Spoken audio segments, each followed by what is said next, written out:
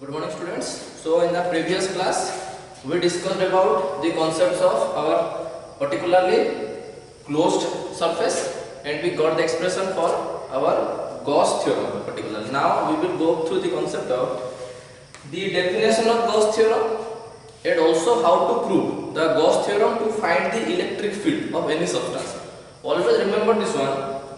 The Gauss theorem is a theorem which is used to find the electric field applied on any kind of structure instead of a point one. Yeah. On the further application of Gauss theorem, we will go through the concept why the Gauss theorem is being applied. Now we will go through the Gauss theorem statement and the mathematical approach. So write down the statement. Total flux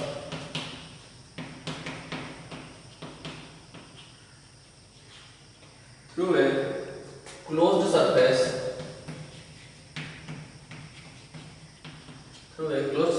is 1 upon epsilon times the total charge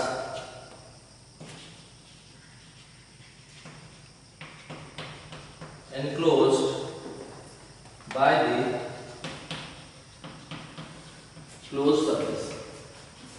So already we discussed about what is a closed surface and how it can be done and electric field applied on it. So the statement is total flux through a closed surface is always 1 upon epsilon naught times. So you know this one. This is the absolute permittivity of free space. That means how much amount of electric lines or forces are allowed to pass through it. That's why it is the representation here. Times the total charge enclosed by the closed surface. So mathematically we can write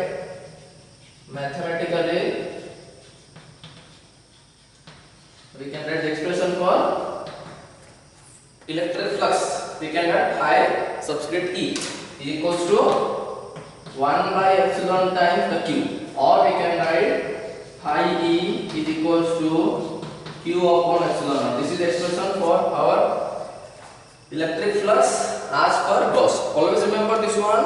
Gauss theorem is used to find the electric field in any surface. Got this one? This is the basic concept. We cannot go through it. Go through the other concepts. Like for example, there is a point charge.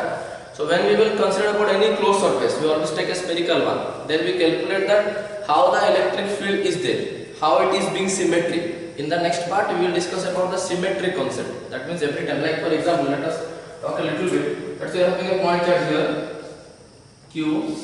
Let us here at the point P, you are having a dense charge Q now. So what we need to do, by taking Q as a particular point, center of this sphere, we need to draw a spherical structure. Draw a spherical structure like this. Got this one? So every time what you can see, the values are found to be every time same. R. That means if you find electric field here, that this is repulsive. If you find electric field here, this is repulsive. And the electric field here and the electric field here must have the same values. So this is the symmetry. Wherever you may put a point, then for this you will get the symmetry that the amount of electric field applied on the structure must be remain the same.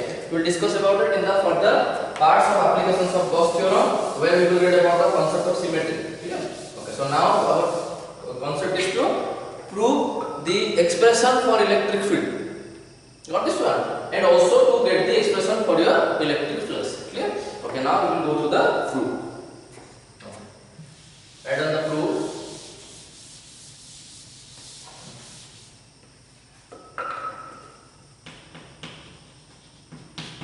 Okay, let me draw the diagram. Let us consider you are having a spherical closed surface.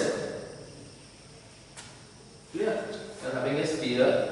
And let us consider at the center of it there is a charge Q, and as this is a spherical body, so this is a three-dimensional one. So we need to take a particular area, surface area. Let us consider the surface area is here. Clear? Surface area is found to be here. Done. So from here and from here, this is the distance. Clear? Let us consider this is the center O. This is, let us say, R radius, this is center O. And let us consider the electric field is acting in that direction radially outward, and also the area which is here must have area vector, and say that the area vector is also acting in the same direction. This is a particular case we are talking about. You can take any cases. So here n cap and E vector. That means we can say the area vector, which is always taken as, let us say, ds cap also. This and electric field is making an angle of how much? 0 degree. Clear? So now we can write. Let us consider this one is surface S. This is, let us say, your ds. So we can write electric field at any point on S. I can write E equals to 1 upon 4 pi epsilon naught q by r square. I already did the diagram how it comes. What is it? We will discuss about it in the applications of Gauss theorem. Here theta is how much? 0 degree, because electric field is coming radially outward. Remember this one. What is one? It is coming like this. It is spherical structure. It is a 3D method. You need to be considered accordingly. Then we can write phi E is the flux through the area. What is one? Instead of in form of ds, it will be d phi whole this structure. You will get that as the phi. So, or we can write like this. The d phi is the flux through ds. Clear? Then what we can write? D phi E equals to E dot ds vector. It will be E ds cos theta. Theta is how much? 0. So you will get your E ds. Now this is the flux for this region. The sphere is made up of regions like this a lot. So we know that whenever we go through the total flux through the body, we need to integrate. So we can write total flux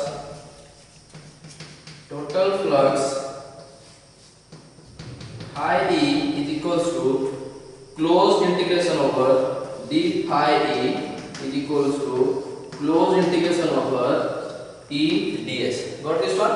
That means this d phi will give you phi E. E ds, we have the expression for E 1 upon 4 pi epsilon naught q by r square put here, and ds. ds is this small element of whom? Of the sphere. So when we are integrating with the closed integral to the small element, this represents the whole sphere. That means we can say the integration over the small element of sphere is going to give you the area of the whole sphere.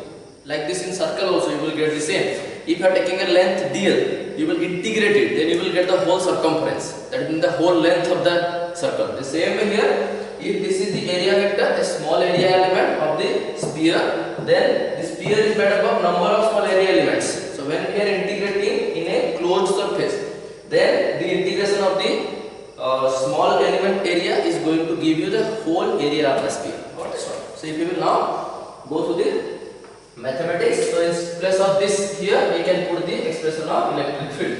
Clear? So you need to note down these things. So we can write phi E is equals to closed integration over 1 by 4 pi epsilon naught q by r square ds. Clear? That implies phi E, everything will come out. Integration over ds. Clear? So now how much you will get? See, this will be equals to q by 4 pi epsilon naught r square. I said this is the whole area of the sphere having a radius of r. So everything will cancel out. That implies phi E is nothing but q upon epsilon naught. Got this one? So this is the expression for our flux in case of Gauss theorem. So always remember, Gauss theorem is particularly a theorem which is applied, which is just applied to calculate what is the amount of electric field, or we can say in the form of electric lines of forces are passing through a particular surface. Got it? So you cannot find it in other way. We need to go through the small element, we need to go through the whole one, then we need to do the integration over a closed surface. This is the basic proportion we need to remember always.